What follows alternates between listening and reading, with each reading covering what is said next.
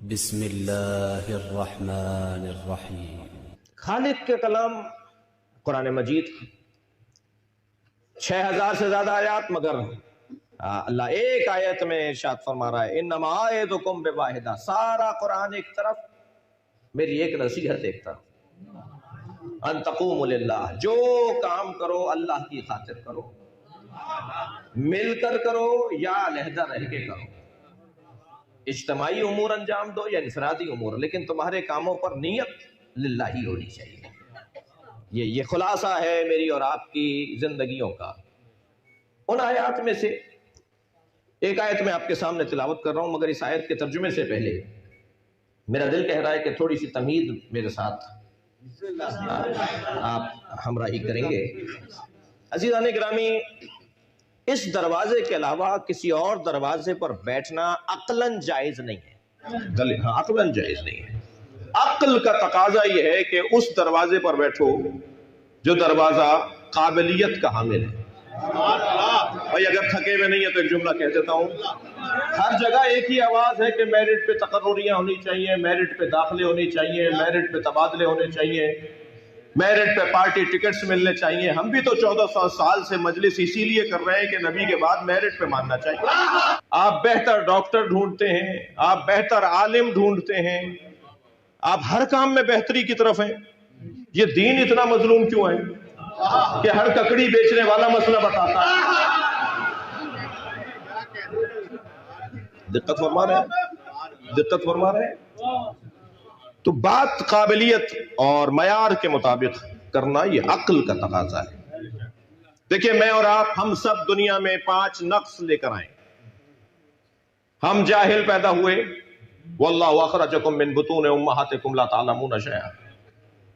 ہم کچھ نہیں جانتے تھے، اللہ نے ہمیں کورا بالکل جاہل پیدا کیا۔ قرآن پڑھ رہا ہوں، ہم جاہل پیدا ہوئے۔ ہم دنیا میں آئے، سخاوت لے کر نہیں آئے، کنجوس پیدا ہوئے۔ اپنے ہی بچے کو ٹافی دے کر واپس مانگ کر دیکھیے، آپ کی دی ہوئی ٹافی واپس نہیں کرے گا، اتنا کنجوس ہے۔ اور ہم بھی ایسے ہی تھے، ہم بھول گئے وہ اور بات ہے، مگر ہم جیسے بنے تھے وہ ایسے بنے تھے۔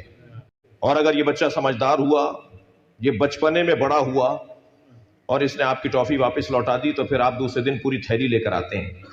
یہ دینے والے کا مزاج پرانا ہے، دے کر جب واپس مانگتا ہے اور اگر واپس مل جائے تو 10 برابر کر کے لوٹاتا ہے۔ مگر یہ سمجھداری دینے والے میں تو ہو کہ اگر میں واپس کروں گا تو مجھے یہ کچھ مل جائے گا۔ ہم پیدائشی طور پر کنجوس پیدا ہوئے ہیں، ہم پیدائشی طور پر بزدل پیدا ہوئے ہیں۔ ذرا ڈانٹیے، ذرا اسے گھوریے، ذرا اس کے سامنے کوئی پٹاخہ، کوئی دھماکہ، کوئی آواز، کوئی اونچی آواز میں بات کیجیے اس بچے کے سامنے، رو پڑے گا، ڈرے گا۔ ہم بزدل پیدا ہوئے ہیں، ہم شجاع پیدا نہیں ہوئے۔ پیدائشی طور پر ہم بے غیرت پیدا ہوئے ہیں۔ کھینچ کر اس لیے بولا تاکہ آپ کو برا نہیں لگے۔ ہم غیرت لے کر پیدا نہیں ہوئے۔ برابر کی بچی لے جاتی تھی، خالہ آپ کا بچہ بڑا پیارا لگتا ہے، کھلا لوں کچھ دیر؟ اماں نے نئے کپڑے پہنائے، دودھ پلایا، کھانا وانا کھلایا، جو بھی فیرنی دلیا جو بھی، اور بچی کو دے دیا۔ 2 گھنٹے بعد اماں کو یاد آیا کہ ان کا بچہ برابر میں گیا تھا۔ جب یہ لینے گئی تو معلوم ہوا برابر والی بچی لے گئی تھی، برابر میں گئی تو معلوم ہوا برابر والی بچی لے گئی تھی۔ گیا برابر والے گھر میں تھا، نکلا 8ویں گھر سے۔ جو چاہے گود میں اٹھا لے، جو چاہے پیار کر لے، جو چاہے منہ میں ٹافی دے دے، تو یہ غیرت مند کہاں ہے؟ پیدائشی طور پہ یہ حال ہے ہمارا۔ اچھا، اگر جملہ یہی عرض کر دوں کہ اگر کسی اور کی گود میں پلنا بے غیرتی ہے، تو فرد اگر کسی اور کی گود میں پلے تو بے غیرت، اور پورا ملک کسی اور کی گود میں پلے تو ہم غیرت لے کر نہیں آئے بھائی، ہم پیدائشی طور پر بے غیرت۔ یہ تیسرا نقص، علم لے کر نہیں آئے، شجاعت لے کر نہیں آئے، غیرت لے کر نہیں آئے، ہم پیدائشی طور پر بے عزت پیدا ہوا ہے، عزت لے کر نہیں آئے۔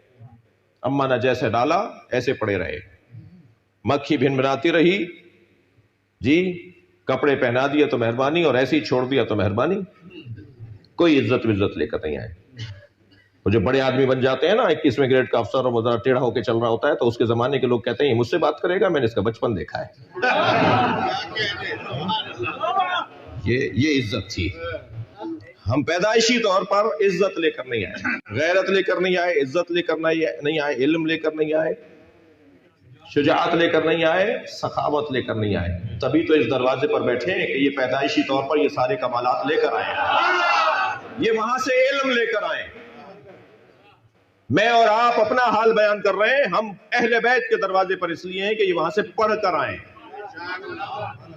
جو لوگ کہتے ہیں نا کہ سرکار کو لکھنا نہیں آتا تھا، وہ جس تھالی میں کھاتے ہیں اسی تھالی میں چھید کرتے ہیں. وہ بے وفائی کر رہے ہیں، وہ نمک کو حرام کر رہے ہیں. جو اللہ کا قلم ہو، تم کہتے ہو اسے قلم چلانا نہیں آتا تھا. نون والقلم وما یسطرون. اللہ نے ساری کائنات کو جس کے ذریعے لکھا ہو، اسے لکھنا نہیں آتا تھا، اسے پڑھنا نہیں آتا تھا. جی، جس کی حدیثوں کو پڑھ کر میں اور آپ اگر دانشور اور عالم ہو جائیں تو ہم علامہ فہامہ آیت اللہ مجتہد کہلاتے ہیں، اور وہ سرکار کو پڑھنا نہیں آتا تھا، لکھنا نہیں آتا تھا. یہ ہم پہ کرم کیا، نبی نے قلم ہاتھ میں نہیں لیا. یہ پوری انسانیت پر احسان کیا، سرکار نے قلم ہاتھ میں نہیں لیا. سرکار قلم ہاتھ میں اس لیے نہیں لیتے تھے کہ معاذ اللہ لکھنا نہیں آتا تھا. دقت چاہوں گا، ایک بہت بڑا نام ہے ہمارے بزرگوں میں، ہمارے علماء میں، حضرت آیت اللہ محمد حسین طباطبائی صاحب تفسیر المیزان. بڑی مضبوط تفسیر ہے ان کی، اور یہ واحد تفسیر ہے شیعوں میں کہ جو قرآن کی آیت کی تفسیر قرآن کی آیت سے ہے، جس کا پھر کوئی جواب نہیں ہوتا، کوئی مقابلہ نہیں ہوتا ایسی تفسیروں کا. وہ ہر کچھ مدت کے بعد اپنے بیٹے سے کہتے تھے بیٹا یہ کچھ کاغذ ہیں، انہیں جا کے کنویں میں پھینکاؤ، اور وہ کنویں میں پھینکاتے تھے. ان کے فرزند کہتے ہیں میں نے 10 دفعہ وہ کاغذ کنویں میں پھینکے. ایک دن ایسے ہی ان کاغذوں کو پھینکنے جا رہا تھا کہ رستے میں مجھے خیال آیا کہ اس کو ذرا دیکھوں تو صحیح اس میں کیا ہے. جب انہیں سیدھا کر کے کھول کے دیکھا تو اس میں بہترین نظم تھی، بہترین منقبتیں تھیں، بہترین مثال کے طور پہ غزلیں تھیں. فارسی زبان کی ادبیات کا شاہکار کلام، ہر مصرع بولتا ہوا، ہر نظم بولتی ہوئی، مرصع کلام، مکمل کلام، پختہ کلام. کہنے لگے کہ میں وہ واپس لے آیا. میں نے کہا بھائی یہ آپ نے مجھے کلام دیا تھا کہ میں اسے کنویں میں پھینک دوں، تو یہ تو بہت اچھے کلام ہیں، بڑی اچھی نظمیں ہیں.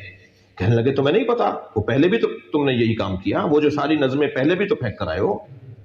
کہا بھائی یہ کیوں کر رہے ہیں آپ، یہ کیا؟ کہا دیکھو اللہ نے مجھے شعر کہنے کی صلاحیت دی ہے، جب میرے بہت سارے کلام جمع ہو جاتے ہیں تو میں تم سے کہتا ہوں انہیں کنویں میں پھینکاؤ.